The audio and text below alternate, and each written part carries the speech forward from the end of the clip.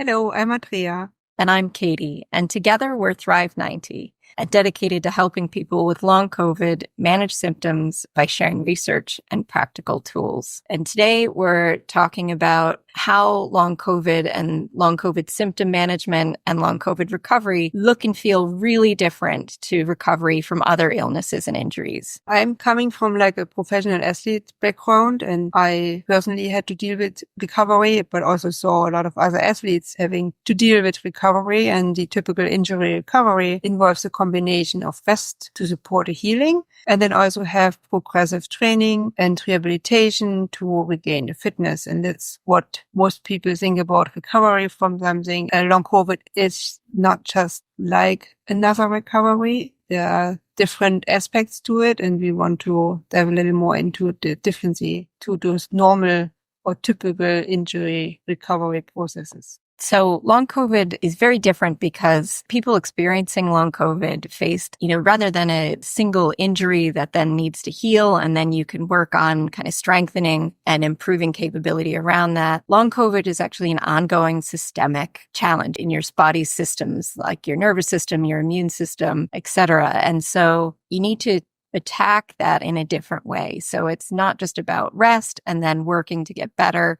It's about actually how do you work to improve the way those systems are functioning and reduce that heightened response or the reaction that those symptoms have on an ongoing basis as a result of the COVID infection or the feedback loops that are happening in your body with long COVID. We needed a different approach that allows you to build up your body's foundations and then move forward from there. So the way to focus on that is to think about calming your system to then rebuild your body's functionality, but from really, really strong foundations. So you're not looking to go too far too quickly, but you focus on building up those capabilities and those foundational elements to help you feel better in the moment, but also to grow your ability and to gain functionality over time. And in terms of some of those foundational elements that help reduce symptoms and build tolerance and resilience, pacing is really important. And that's so not just about like rest and then doing activity. Instead, pacing in the context of long COVID is much more about finding those comfortable limits for your energy and activity and staying within those so that your body continues to feel comfortable and safe and views movement and activity as something that's not a threat. And then also a healthy diet and nutrition is really helpful.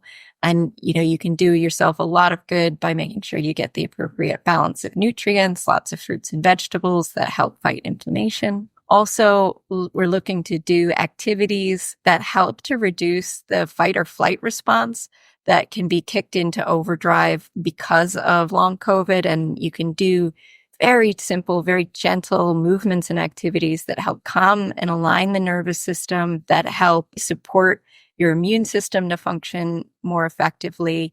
And then when you do that foundational work, you'll start to feel better. The symptoms kind of subside.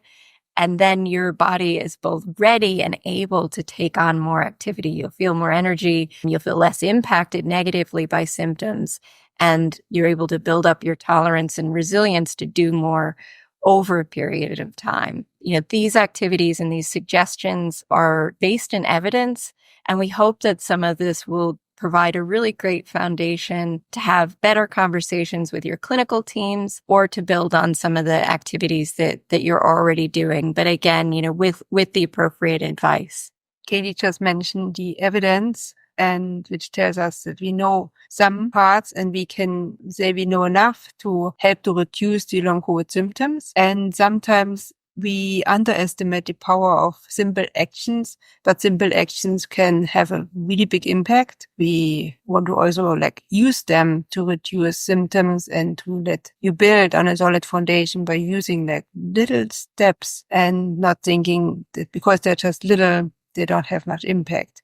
So again, we want to have an eye on pacing and doing activities which are in your limits, that don't tax you and don't take up too much energy, instead of taking a lot of energy to then rest from the activities again to use up the energy again. So breaking the cycle by doing the activities that actually help to increase the energy. And of course, implementing movement, because general movement of the joints, and even if it's just like for a very short period, can help to reduce the symptoms and to build your foundation, the strong foundation we just mentioned, using tools to improve your gut health, to also help your whole body-brain system, and then also improve the body-brain connections through different approaches. And just using those tools, and again, they cannot be too simple because everything has an impact, and even if it's the tiniest little action you can take. And if you want to know more and look more into